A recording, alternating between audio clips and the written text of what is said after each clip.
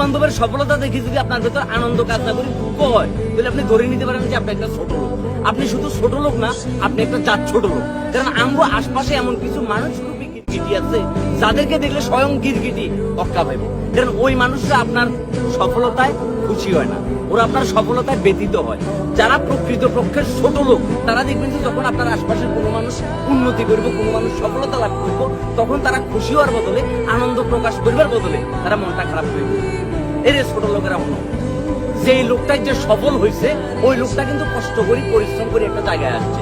তুমি যদি ভালো মানুষ হইতা, তোমার পারিবারিক শিক্ষা যদি ভালো হইতো, কিন্তু তুমি যেটা করতে সেটা হচ্ছে তাকে তুমি এপ্রিসিয়েট করতে, নীরব তুই কষ্ট করি আজকে এই জায়গায় আসছো, এটার জন্য তোর বাহবা, এটার জন্য তোর সাধুবাদ জানাই। এবং বন্ধু, তুই যে বাইকটা কিনছিস না, আমি কষ্ট করে 1 লিটার তেল তোরে কিনে দিলাম, এই 1 লিটার তেল দিয়ে তুই বাইকটা চালায় বহু দূরে চলে যাবি।